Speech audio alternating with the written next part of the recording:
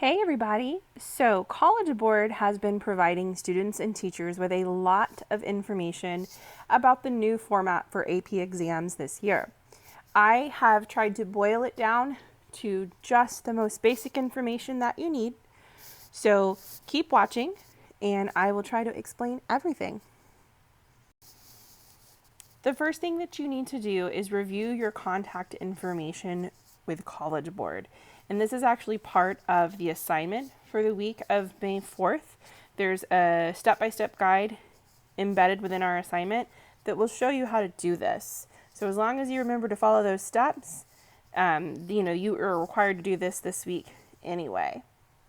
Some of you may have already done this for another class, and in that case, you don't need to do it again. All of your AP classes are connected. After confirming your email, the next thing you need to make sure you decide, and you do need to decide now rather than later, is exactly what type of device you plan to use for the AP test. While you can supposedly use any type of device, even a smartphone, I strongly suggest that you try to get something with a larger screen. If you still don't have a device from the district, like you don't have one that you personally own and you need one, I would suggest calling the school ASAP and explaining that you need a device for your AP exam. I think it would be much easier to take this AP exam on a device similar to a Chromebook as compared to trying to use your smartphone. Just too small of a screen. So you need to choose your device, decide now, and get it ready. Follow all of these instructions. The only thing that's interesting on here, most of this is self-explanatory. I don't know if this applies to anybody. It doesn't apply to my personal computer. But if any of you have the Grammarly plugin on your computer, especially if you're using like a shared family laptop or desktop, you need to remove it before the test because the test won't work. So if you have that plugin, and you might, again, if this is a shared computer you're going to use, you might need to ask other members of your family, and that plugin needs to be removed. Another thing I want to chat about briefly is choosing between handwriting and typing. Some of you guys have already told me that you're planning on handwriting your DBQ, and that's fine. You just need to practice the steps of submitting and taking pictures, which I will explain as we get further along in this presentation. Those of you who are planning on typing, that's also great. You have to ask yourself, what are you faster at? Some of you know that you're going to be faster at typing, but other people feel like, they don't know the proper keyboard strokes, or they're just not used to writing essays that way and they want to handwrite it. Either one is fine. Pick what works best for you. Think about it. So for those of us who do decide they're going to type their response, this slide is just explaining to you about what you can use. My suggestion would just be to open up a Google document because we use those all the time for school. And essentially you're going to either copy and paste your essay into the testing window or save it and attach it. My personal advice would be to copy and paste, as long as you're careful with that method and you're sure that you copy the entire response and then you double check that the entire response pastes into the testing window. I think this is easiest. It's probably faster as well. But again, do what you are more comfortable with. If copying and pasting scares you, don't do that. If you don't know how to attach a document, then obviously you're going to need to copy and paste. So this year, they're trying to accommodate everybody, but that means you have to make some decisions. You get to choose what works best for you. All right, and then this slide is for those of you who are planning on handwriting. Okay, you need to use standard size paper. They are being a little more flexible, and you could technically use a pencil this year, but I still suggest to use blue or black ink because you want your essay to be easy to read. The whole reason that we write in pen all year long is so that it's easy to read. Sometimes pencil smears, and when you take a photo at the end of the test, if your pencil's too light and you can't, and it's not a good quality photo, at that point it's too late. So I still suggest you use blue or black ink. One thing to note for those of us who are thinking of handwriting is that it's up to 5 pages. That's it. You can't attach more than 5. For most of us, that's not a problem. There's no way we would write that much. But for those of us with large handwriting, you just need to kind of pay attention to that. The test booklet, when we take the test in person, gives you almost an unlimited amount of pages, but they are limiting your uploaded images to only 5. So again, those of us who are handwriting, and if you have very large handwriting, be aware that you cannot go beyond 5 pages. Okay, this is probably the most important slide we've gotten to yet. There is an exam demo that is going to allow you to practice how you'll submit your test. It's not a real practice DBQ. I'm going to provide you with a practice DBQ. What it is just a simulation to let you go through the process of submitting so that on exam day you're not doing that for the first time. So it's going to let you see what the exam browser will look like and what that submitting process will look like. From my understanding, you can practice this as many times as you want. It's supposed to become available on May 4th. So that's the first day you'll see this video, is for the assignment on the week of May 4th. So if you're hearing this, it's already available. You just have to go to this site, cb.org/AP demo. All right, so this slide is exactly what you will need on exam day. And I've blocked out some of the information that doesn't apply to us.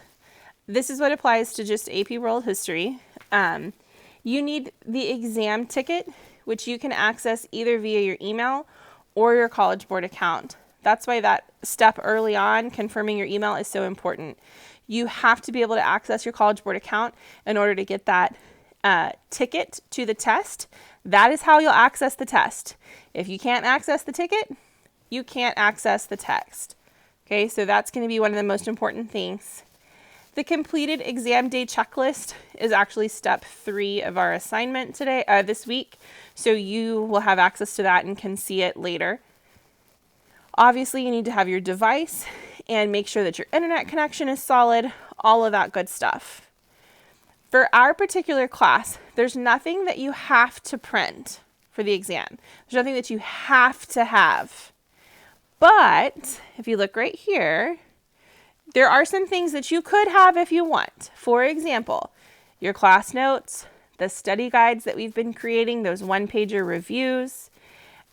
Theoretically, you could have your textbook or a prep book, though I don't recommend it. The thing to remember is that our DBQ, you'll only have 45 minutes for the whole thing. So if you spend, more than a few minutes trying to look something up, then you're wasting time that you could be writing the essay. Okay, I'll talk more about this later and what I suggest you guys have out the day of the test. This is just the generic info from College Board. Okay, so this slide from College Board talks a little bit more about resources, but it also talks about the danger of collaboration. Look what it says right here. Shared study notes must be downloaded to each student's device to prevent collaboration violations. College Board is not explaining this to us ahead of time, but they believe they have some sort of system in place to detect collaboration between students during the exam. Okay, it is not worth it. Note also that internet searches could put you at risk of an exam violation. Okay, nobody's AP score is worth the risk, I promise you. Okay, make sure you're not planning on doing these things. All right, and so one more time, this slide is telling you that that AP exam demo is going to be available on May 4th, which is Monday of this week. if you're watching the video right away. This is also telling you that you're going to receive an exam confirmation email on May 4th. And you will not get your personalized e-ticket until 2 days before the exam that you take.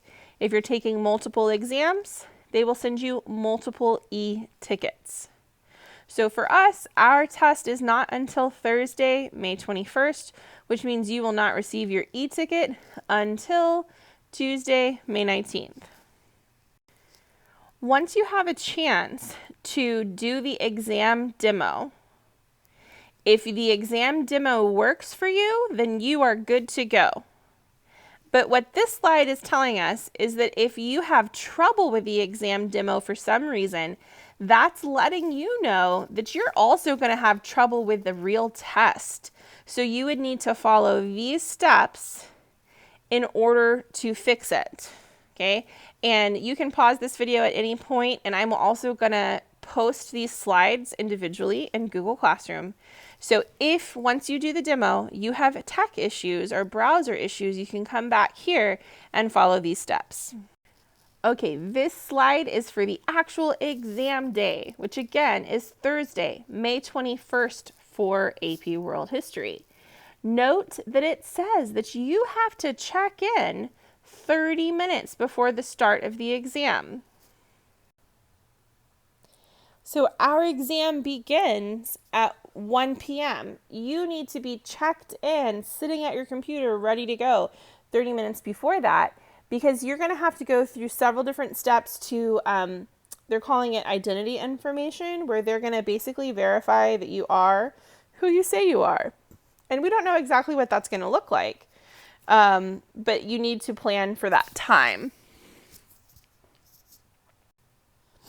Once you have completed all that identity information, you might just have to sit there and wait until 1 o'clock because the exam is going to start at the same time for everyone. In Texas, it starts for us at 1.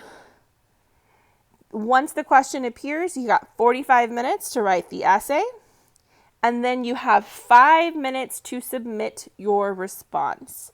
If you do not submit before the time is up, then you don't have any other options. You have to hit submit before the time is up. All right, for those of you who have large families, lots of siblings, this one's going to be harder for you. You're going to need to work with your family, talk to everyone who's going to be in your house on that day, and try to make sure that your testing environment is going to be optimal. I think this is a really big thing right here about sharing bandwidth. And again, this is for people who have a lot of people at home, or if your parents have been completing their jobs from home for right now. You know, you, if possible, don't want your parents on a Zoom meeting at the same time you're trying to do your AP test. Same thing for siblings. If your little brother in kindergarten has a Zoom show and tell, then at the same time, that's not going to be good for you unless you have like really crazy good internet. So talk to your family, plan ahead.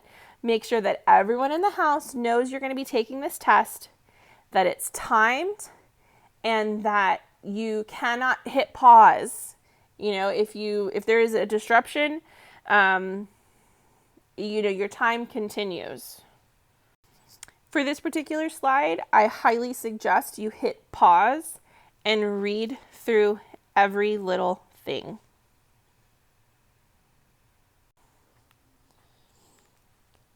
Check out this part at the bottom about what will happen to anyone who they believe has violated exam security. They will report your name as an attempted cheater to college admissions offices, and your AP exam scores will be canceled. So, my friends, it is not worth it. Do your own work just like you would in a normal school testing environment. Again, for this slide, I would suggest pausing and reading it word for word.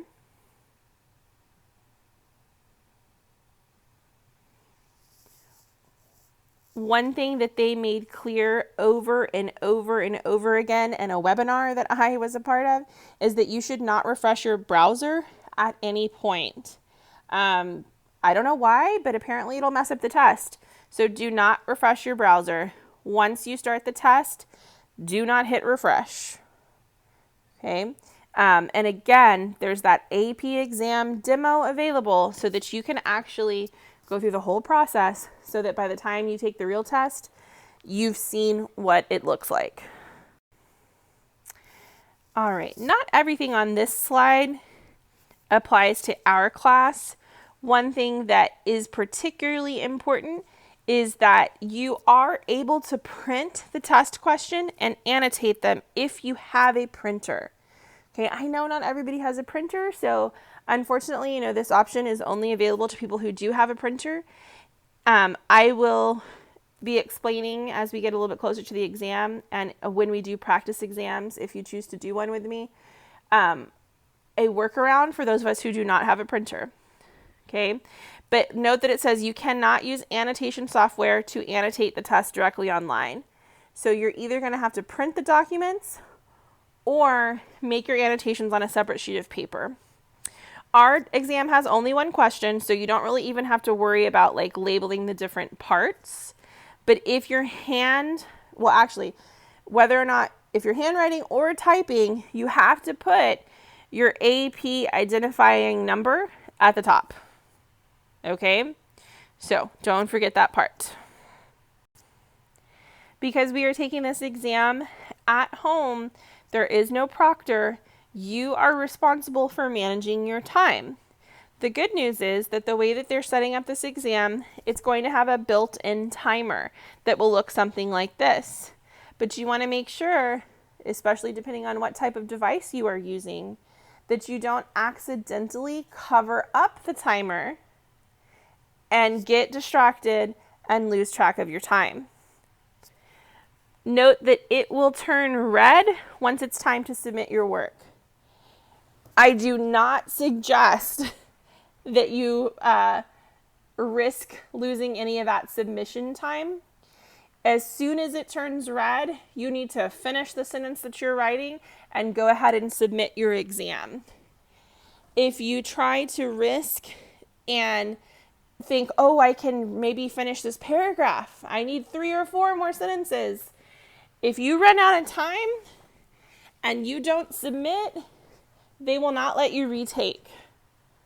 Okay, so when that timer turns red, finish your sentence and submit. Here is another slide that you may want to pause the video and just read the whole thing. This is very important. It's about how you're going to attach and submit your response. You're going to choose only one of these ways. Okay, it depends on if you are handwriting versus typing. And even when you're typing, there are 2 different options: to paste your work or to attach a file if you want to save your work in a document. The photo attachment is only for people who are handwriting their exam. Okay, so the good news is if something goes majorly wrong during the test on May 21st, you can request a makeup. But they also want you to know that if you just accidentally close the browser, you can go click on your e-ticket and get back in the test. And if you do that quick enough, you might be fine.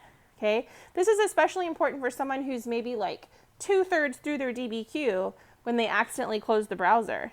If you can get back in there quick enough and you don't think it really hurt your overall essay, then just submit the exam. Okay. However, it says if you feel at the end of the exam that the temporary disruption negatively impacted your performance, you can request approval to take the makeup exam. But let me be clear that if you do this, if you request a makeup, you have to do the whole thing again with a completely different DBQ. So it's not, it's going to be completely different, but that will be your call the day of the test.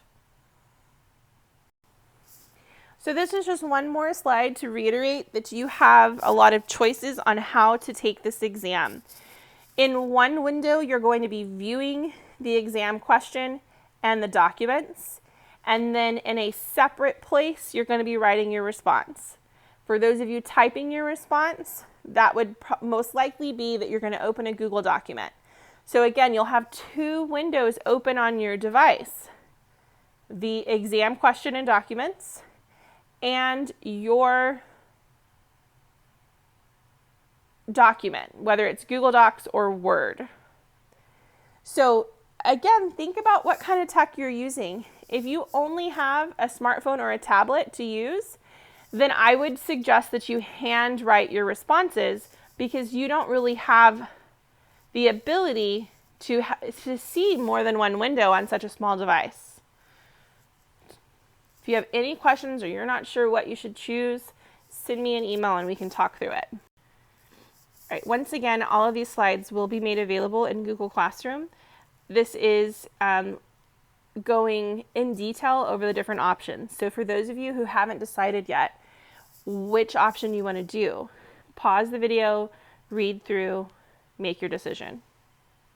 Here's option 1 to copy and paste a typed response.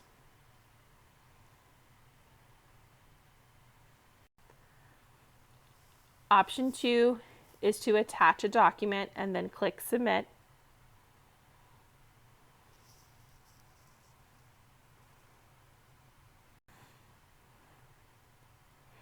And option 3 is to attach photos of a handwritten response. So again, pause or go into Google Classroom and look at this document separately. If you need help making a decision about what's best for you, let me know.